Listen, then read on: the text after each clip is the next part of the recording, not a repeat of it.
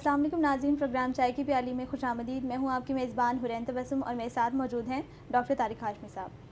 السلام علیکم سر، آج کل جو ہے وہ سوشل میڈیا پہ ایک بحث بڑی زوروں سے جاری ہے کہ ہماری جو جامعات ہیں، یونیورسٹیاں یا کالجز ہیں، پچھلے 30-40 سالوں سے جو ہے وہ ایک دیکھا جا رہا ہے کہ ایک جیسا نصاب ہی جو ہے وہ چل رہا ہے۔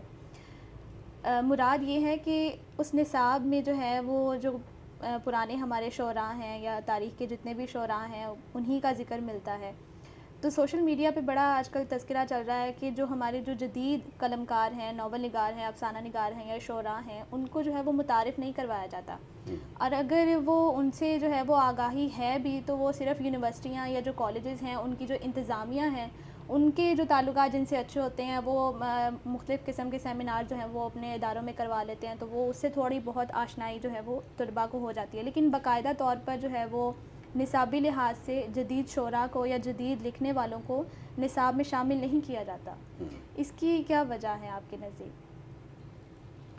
اچھا، ایک تو حرین آپ نے سوشل میڈیا کی جو بحث ہے اس کا ایک حصہ لیا ہے، اور ظاہر ہے کہ ہمارا تعلق جو ہے ہماری اس پروگرام کی جو نوعیت ہے وہ بھی ہے بھی ایسی کہ اس میں جو ذاتی نوعیت کے مسائل ہوتے ہیں یا جو ذاتی نوعیت کی تنقید ہوتی ہے یا جو شخصیات کے ارد گرد کوئی بات گھومتی ہے تو وہ ہمارے پروگرام کا ڈومین نہیں ہے۔ لیکن یہ ہے کہ چونکہ آپ نے بات سوشل میڈیا کی ہے تو میں تھوڑی سی بات کو اس کا پس منظر لیتے ہوئے بات کو آگے بڑھاؤں گا۔ جو بات ہوئی ہے وہ یہ ہے کہ ایک تو یونیورسٹیوں میں کچھ شعراء جو ہے وہ مقبول ہیں، جیسے احمد مشتاق ہے، ابھی حال ہی میں پنجاب یونیورسٹی میں احمد مشتاق کے نام سے ایک میلہ بھی ہے، منعقد ہوا ہے۔ یا اسی طرح ہمارے جو نصابات میں کچھ مخصوص طرح کے شعراء ہیں ان میں ایک نیا پن نہیں ہے۔ بالکل نئے شعراء میں جو تعلقات ہوتے ہیں وہ بڑا کاؤنٹ کرتے ہیں، اگرچہ اس بحث میں کچھ بہت زیادہ شخصی حوالے بھی ہیں، یعنی افتخار عارف بڑے شاعر نہیں ہیں، جان ایلیا بڑے شاعر نہیں ہیں، اسی طرح ظفر اقبال بھی کوئی بڑے شاعر نہیں ہیں۔ اچھا، ایک تو ہم نے پہلے بھی ایک اس میں گفتگو کی ہے کہ یہ جو چھوٹے بڑے ہونے کے پیمانے ہیں یہ ہمیں نہیں دیکھنے چاہیے۔ ہمیں شعراء کی یا ان کے کلام کی جو کیریکٹرسٹکس ہوتی ہیں فکری حوالے سے، نظری حوالے سے یا اسلوب کے حوالے سے ان کو دیکھنا چاہیے۔ لیکن جہاں تک یہ اعتراض ہے کہ یونیورسٹیوں کے نصابات میں نیا پن نہیں ہے، میرا خیال ہے ہمیں اس اعتراض کو پوری طرح رد بھی نہیں کرنا چاہیے۔ یہ اعتراض بہت حد تک یعنی درست بھی ہے۔ اصل میں ہوتا یہ ہے کہ ہمارے ہاں ایک تو جو روایت پسندی ہے اس کی وجہ سے ہم جو مخصوص شعراء ہیں وہ شامل ہمارے بزرگوں نے کر دیا، تو اب ہم نے جو ہے اسی نصاب کو اسی طرح آگے بڑھا دیا، تو اس کے اندر جو نیا پن ہے وہ نہیں آ سکا ہے۔ لیکن دیکھیں، یہ بھی دیکھنا چاہیے نا کہ جو شعراء شامل ہوئے وہ کون تھے۔ بالکل دیکھیں، نصاب کا حصہ بننا تو ایسی اہم بات نہیں ہے، اصل بات تو یہ ہے کہ کون تاریخ کا حصہ بنا ہے۔ بالکل ہو سکتا ہے کہ میں کسی شاعر کو، کسی افسانہ نگار کو، کسی ناول نگار کو اپنی کسی یوں سمجھے کہ ریلیشن شپ کی بنیاد پہ، تعلق کی بنیاد پہ، تعصب کی بنیاد پہ میں شامل کر لوں، لیکن اگر اس کی ورتھ نہیں ہوگی، وہ اگر تاریخی ادب کا حصہ نہیں ہے تو وہ شاید سروائیو نہیں کر پائے گا۔ میرے طالب علم بھی سوچیں گے کہ یہ کس طرح کے ناول نگار کو شامل کیا ہے۔ اصل بات یہ ہے کہ تاریخی ادب کا حصہ بننا چاہیے۔ میر، غالب، اقبال، راشد، فیض، مجید امجد، یہ ہماری نظم کی تاریخ کا حصہ بنے ہیں، اور تاریخ میں بھی ایسا نہیں ہوتا کہ آج ایک شاعر کے 2 مجموعے آئے ہیں تو وہ تاریخ کا حصہ بن گیا۔ تاریخ کا حصہ بنتے بنتے بہت وقت لگتا ہے۔ جیسے آبشاروں سے پانی آتا ہے، چشمے بنتے ہیں، وہ کہیں دریاؤں کا حصہ بنتا ہے، دریا کئی میل کا سفر طے کرتے ہیں، پھر وہ جا کر سمندر کا حصہ بنتے ہیں۔ بالکل تخلیقی عمل بھی ایسے ہوتا ہے۔ تو شعراء کی کئی نسلیں آتی ہیں اور پڑھنے والے انہیں پڑھتے ہیں، پرکھنے والے انہیں پرکھتے ہیں، اس کے بعد وہ کہیں تاریخ کا حصہ بنتا ہے۔ تو میر غالب اقبال یہ ہماری تاریخ کا حصہ پھر بنے ہیں۔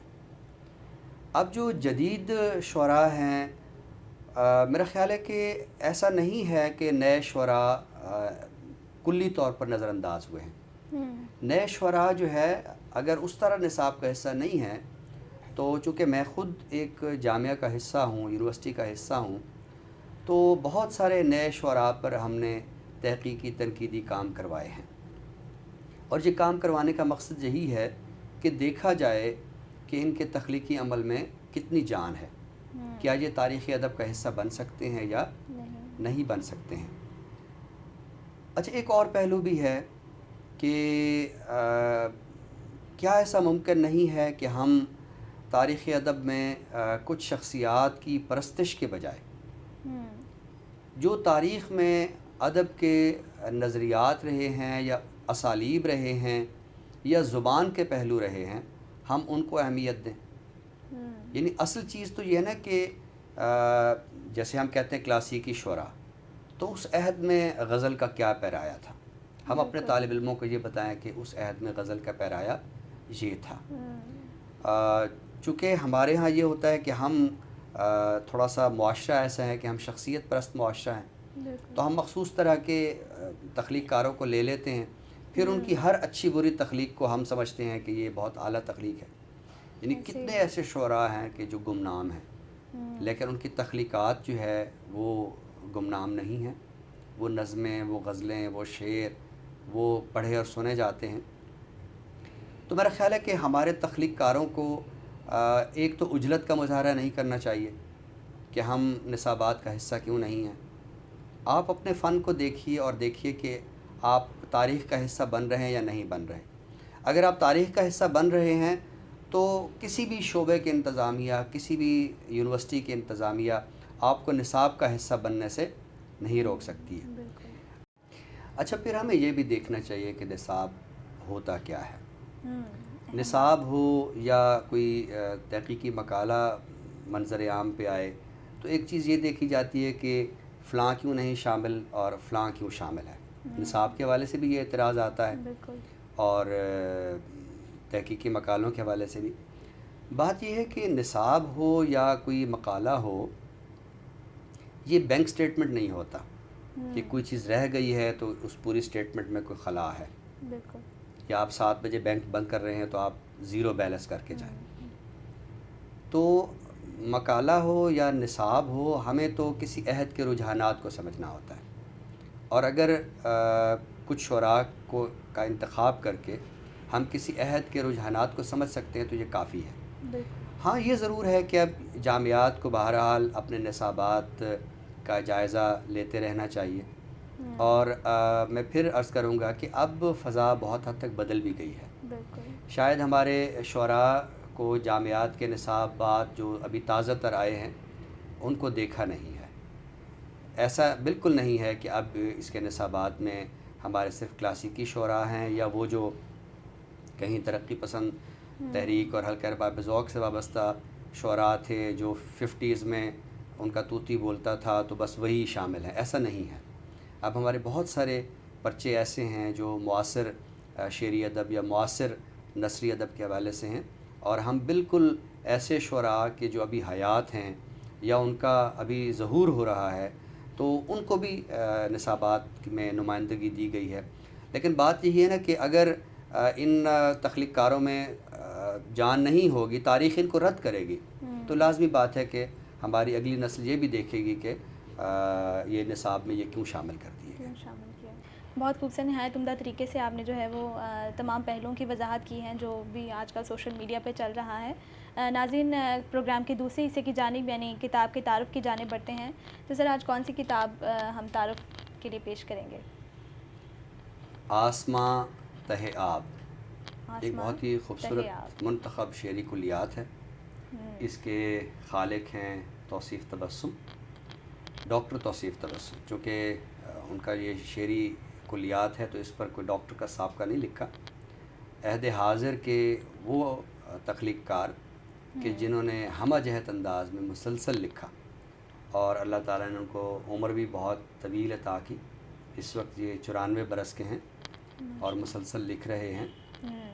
منیر شکوہ آبادی ہمارے جو مجاہد شعراء ہیں 1857 کے، ان پر ان کا ڈاکٹریٹ کا کام ہے۔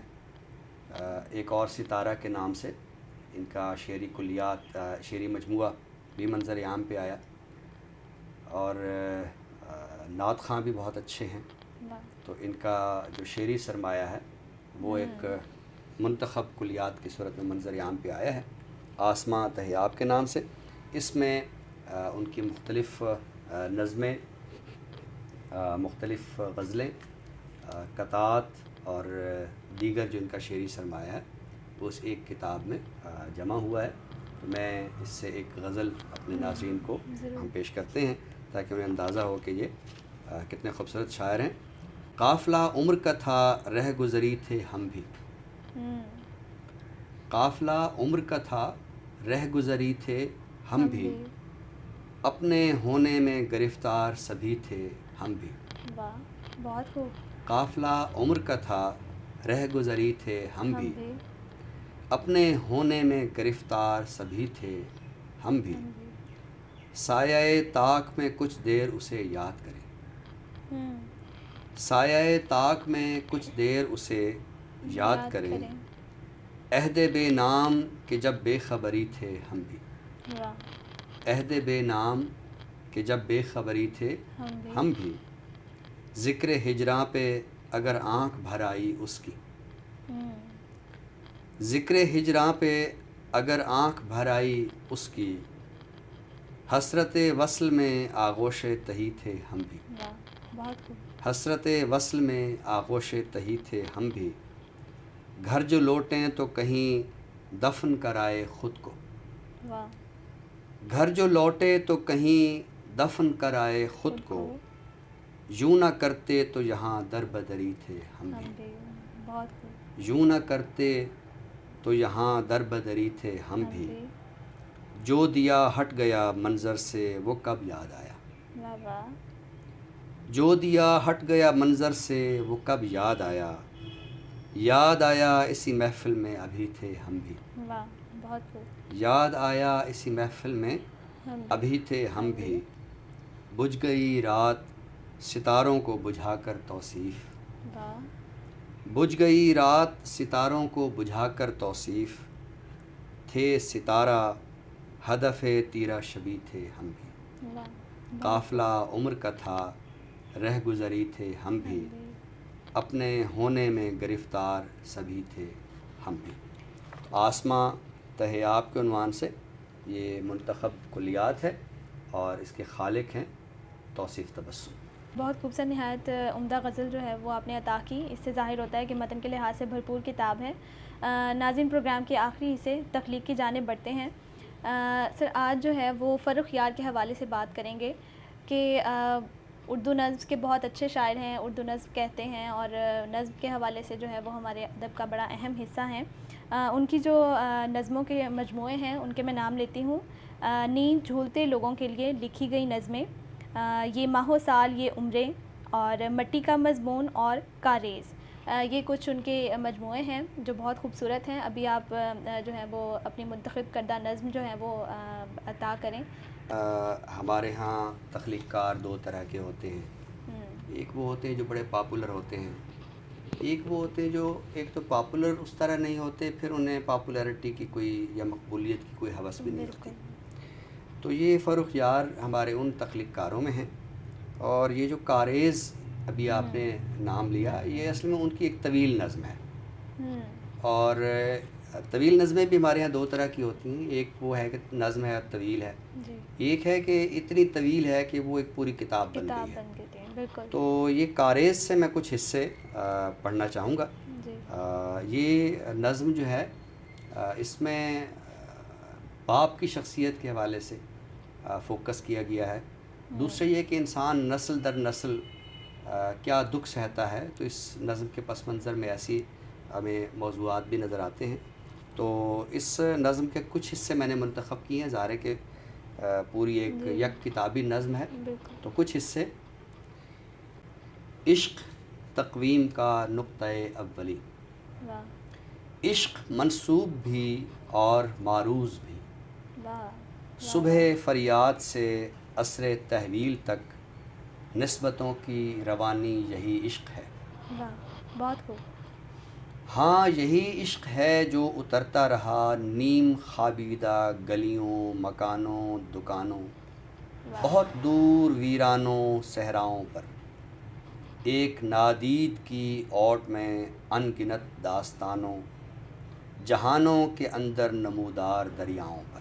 واہ بہت خوب. عشق مٹی کے پتلے کی تاب و تواں، عشق اقرار انکار سے ماورا حکم بھی وصف بھی، واہ بہت خوب. عشق امکان کی قوت سے لبریز، مشتاق آنکھوں کی بے چینیوں کے مقابل واہ زمانے کی زے میں دھڑکتا ہوا. واہ واہ بہت خوب. کیا کہنے. اس کے ہنگامے تاریخ کی کروٹیں، اس کی خاموشیاں جیسے بارش بھری آندھیوں کی خبر، اس کے باغوں میں رنگین جھولے، بلاروں کا نشہ افق تا افق، واہ راستے بھی نئے منزلیں بھی نئی، واہ اس کی گھاٹی پہ جبریل کے بالوں پر کی صدا. واہ واہ. حسن کی رونقیں عشق کے زمزمیں، دکھ سلامت رہے دل دھڑکتے رہیں، حسن بیتابیوں کی نمو میں کھلے، جیسے آفاق کھلتے ہیں اپنی روانی کے اسباب میں، واہ جیسے براق اڑتے ہیں افلاک سے اور افلاک کو، حسن مضمون ہستی کا آغاز. واہ. حسن مضمون ہستی کا آغاز، ایسی عبارت جسے اپنے معنی سے مانوس ہوتے ہوئے کتنی شامیں ڈھلیں، واہ کتنی عمریں لگیں، کتنے پرچم کھلے، کتنی آنکھیں بجھیں. بہت خوب. خاکدام جہت در جہت، وحشتوں سے نکل کر جدائی کو رہوار کرتے ہوئے، اپنے ہی روبرو اپنے ہی دو بدو، بہت خوب. کیا کہنے. اپنے ہی روبرو اپنے ہی دو دو بدو. بدو. باپ گنجے پناہ، باپ محفوظ کونا، جہاں رنج کو داخلے کی اجازت نہیں، واہ ایک عدد جس کی تاثیر سے دل پگھلنے لگے. باپ تلسی کے پتوں کی صورت ہمیشہ تر و تازہ سرسبز مہکا ہوا، ایسی چادر جو ہستی کا آرام جیون کا سامان ہے، واہ ہم جسے اوڑھتے ہیں بچھاتے ہیں. بہت خوب. وحشت زدہ دھوپ کے رخ پہ لٹکا کے سایہ بناتے ہیں، وحشت زدہ دھوپ کے رخ پہ لٹکا کے سایہ بناتے ہیں، گرمیلے دن اور راتیں پگھلتی ہیں تو اپنی ٹوٹی ہوئی ہمتیں باندھ کے اس کا پلو پکڑ لیتے ہیں، واہ اور سمجھتے ہیں ہم اور ہماری یہ ٹوٹی ہوئی ہمتیں آخر کار جڑ جائیں گی اپنے چوگرد کو جوڑنے کے لیے. باپ صادق سویروں سے پھوٹی ہوئی خوش دلی، باپ صادق سویروں سے پھوٹی ہوئی خوش دلی، خوف کی بھیڑ میں جرأتوں کا سخن، جیسے اس کائناتی چلن میں الگ ہے زمین، واہ جیسے اس کائناتی چلن میں الگ ہے زمین، جیسے اس گردش روز و شب سے بہت ہٹ کے ہے دھیان کی حاضری. واہ باپ صادق سویروں کی پھوٹی ہوئی خوش دلی، خوف کی بھیڑ میں جرأتوں کا سخن، جیسے اس کائناتی چلن میں الگ ہے زمین، واہ جیسے اس گردش روز و شب سے بہت ہٹ کے ہے دھیان کی حاضری. واہ واہ. باپ ایسے جدا، باپ یوں منفرد، ہم شکستہ دلوں کی گزرگاہوں میں بردگی کا عمل روکنے کے لیے جس کا سینہ سپر، جس کی آنکھوں میں معروض کی زردیاں، عافیت سے بھری دستیابی کے اندر سمائے ہوئے، جس کے بازو علم کو اٹھائے ہوئے، باپ میرے لیے حسن بھی عشق بھی، درد کی چاپ معنی کا پھیلاؤ بھی۔ واہ، بہت خوبصورت، بہت عمدہ نظم۔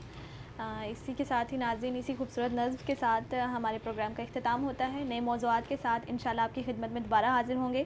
تب تک کے لیے اپنی میزبان حورین تبسم اور ڈاکٹر طارق ہاشمی صاحب کو دیجیے اجازت۔ اللہ حافظ۔ اللہ حافظ۔